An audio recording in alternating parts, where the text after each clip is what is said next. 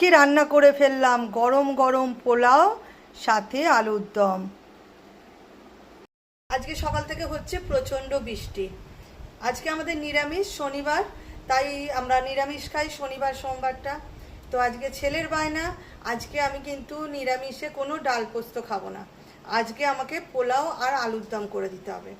পোলাওয়ের জন্য কিন্তু আজকে আমি বাসমতি চাল নিইনি, আজকে আমি এখন করব পোলাও। তো বাসমতি চাল নিইনি, দেখো নিয়ে নিয়েছি যেটাকে বলে ফ্রায়েড রাইসের চাল বলো, বাঁশকাঠি চাল বলো, যাই বলো, ফ্রায়েড রাইসের চাল নিয়ে নিয়েছি। ঘরেতে ছিল দেরাদুন রাইস। তো তোমাদের কাছে তুলে ধরবো যে এই রাইসটা, এই পোলাওটা আমি কিভাবে করব। ঠিক আছে, এটা বাসমতি চালের করব না, এটা করব দেরাদুন রাইসের পোলাও। সেটাই আজকে কিন্তু ভিডিও হিসেবে আমি তোমাদের কাছে তুলে ধরছি। তো তোমরা দেখো আমি কিভাবে এই পোলাওটা করব। এই পোলাওটা করার জন্য আমি 400 গ্রাম দেরাদুন চাল নিয়ে নিয়েছি। এই চালটা প্রথমে কিন্তু আমি খুব ভালো করে ধুয়ে নেব।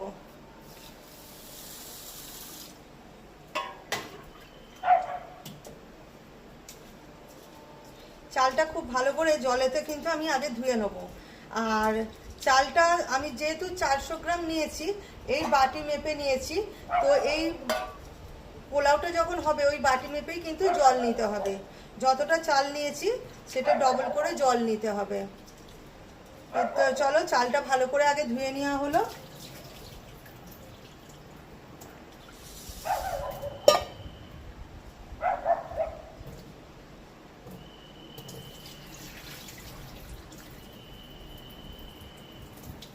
চালটা ধুয়ে আমি কিন্তু এই ছাঁকনিতে ছেঁকে নেব।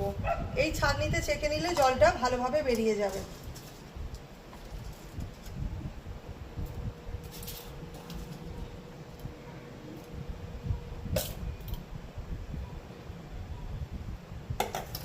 এই দেখো, ঠিক এইভাবে ছাঁকনির মধ্যে জলটা ঝরাতে দিয়ে দেবো খানিকক্ষণ। মোটামুটি এই চালটা যে জলে ভেজালাম, চালটা আমি মোটামুটি 15-20 মিনিট কিন্তু শুকনো করতে দিয়ে রাখবো। চালটা খানিকক্ষণ ধুয়ে জল ঝরিয়ে নেওয়ার পর চালটা আমি এই থালার মধ্যে মিলে দিচ্ছি। এবার এই চালটা যে থালার মধ্যে মিলে দিলাম, এই চালটা কিন্তু আমি একটু পাখার হাওয়ায় 10 মিনিট বসিয়ে রাখবো, তাহলে ঝরঝরে হয়ে যাবে। তোমাদের দেখিয়ে দিই, চালটা দেখো পুরো সরসরে হয়ে গেছে। এই দেখো, একটু মিলে রেখে দিয়েছিলাম। এবার এই চালেতে কি কি দিচ্ছি দেখো। প্রথমে দিয়ে দিচ্ছি আদা বাটা। আদা বাটা দিলাম।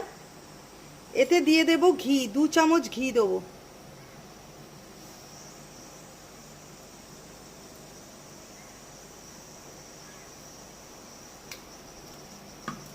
এতে দিয়ে দেব হলুদ গুঁড়ো, কালারের জন্য হলুদ গুঁড়োটা দিচ্ছি।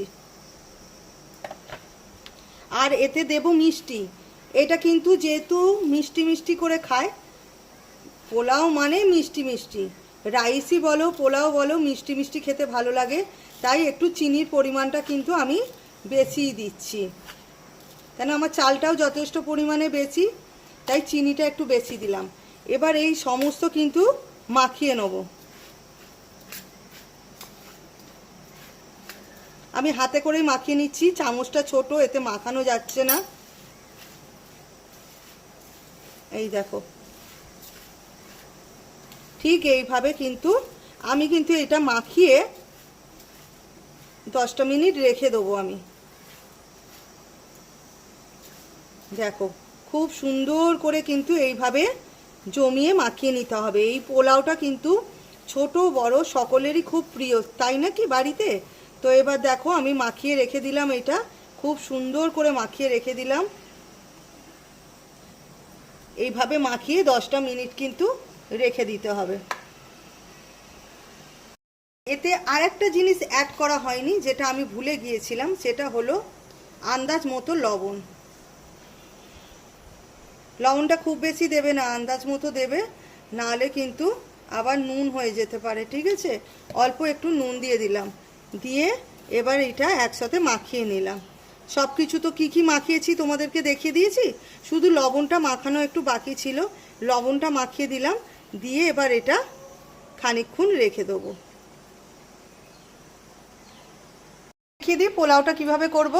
কড়া গরম করতে বসিয়ে তাতে দিয়ে দিয়েছি খানিকটা ঘি। এবার এই ঘিয়ের মধ্যে আমি দিয়ে দিচ্ছি, এই দেখো এখানে রেখেছি ডালচিনি, এলাচ আর লবঙ্গ, এটা দিয়ে দেবো এর মধ্যে। দিয়ে এতে এবার দিয়ে দেব এই কাজু আর কিশমিশটা।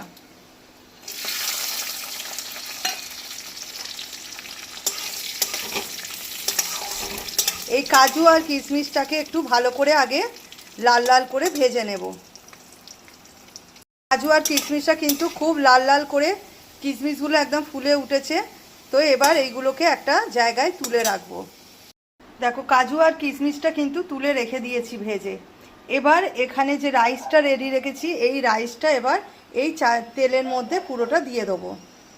এর মধ্যে দেখো চালটা দিয়ে দিয়েছি, দিয়ে কিন্তু ঘিয়ের সাথে ভালো করে নাড়াচাড়া করছি, কারণ এতে আদা দেয়া আছে, এটা একটু ভালো করে ভেজে নিতে হবে। এবার ভেজে নিতে নিতেই তো আমি আর একটা জিনিস দিচ্ছি, সেটা হচ্ছে গরম মশলার গুঁড়ো।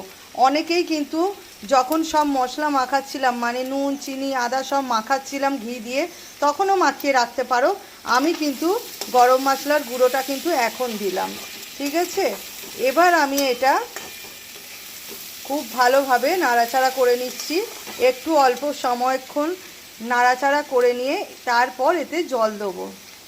খানিকক্ষণ নাড়াচাড়া করার পর এতে আমি অল্প করে দিয়ে দেব জায়ফল আর জায়ত্রী, আর দিয়ে দেবো কাজু আর কিশমিশ। এবার এটা মিক্সড করে নিলাম। এটা যেমন একদিকে খুব ভালো করে মিক্সড করা হচ্ছে, খুব ভালো করে মিক্সড করতে হবে এবং ভালোভাবে নেড়ে ভেজে নিতে হবে, তেমনি এখানে বাটিতে নিয়ে নিয়েছি জল। এই যে মাপটা নিয়েছি, এই মাপেই আমি চাল নিয়েছিলাম, তাই এই জলটা নিয়েছি। এরকম আর একবার জল নেবো, নিয়ে আমি এই কড়ার মধ্যে কিন্তু দিয়ে দেবো। দেখো এবার আমি এর ওপরে দিয়ে দেবো জল।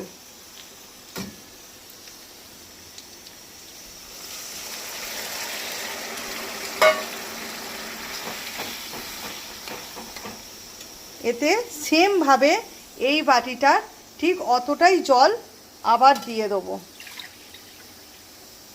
এই দেখো একদম মাপ, যা চাল নিয়েছি সেটা ডবল জল দিলাম। আমার কাছে ছিল 400 গ্রাম চাল। তো চলো এটা এবার একটু ফুটতে দেবো। দেখো চালটা কিন্তু এখনও ফুটছে, আমি ঢাকাটা খুলে একবার নেড়ে দিলাম। এটা খুব বেশি হলে আর 2 মিনিট হবে, হলে কিন্তু কমপ্লিট হয়ে যাবে, তাই এতে আবার চাপাটা দিয়ে দিলাম। থেকে নামিয়ে ফেলেছি একদম ঝরঝরে সুন্দরভাবে পোলাও। এই দেখো একদম ঝরঝরে হয়েছে, সুন্দর হয়েছে। তোমাদের যদি রেসিপিটা ভালো লেগে থাকে অতি অবশ্যই তোমরা বাড়িতে করে খাও। তো এটা কিন্তু বাসমতি রাইসের নয়, গোবিন্দভোগ চালের নয়। তো আমি তোমাদের কাছে এটা তুলে ধরলাম, এই পোলাওটা আমি কিভাবে বাড়িতে বানালাম, আর তার সাথে বানিয়ে নিয়েছি কষা কষা আলুর দম। তো বুঝতেই পারছো জমে যাবে। আর ঠিক এইভাবেই পোলাওটা তোমরা বাড়িতে বানিয়ে নিও। ভালো লাগলে একটা লাইক, কমেন্ট, শেয়ার করে দিও।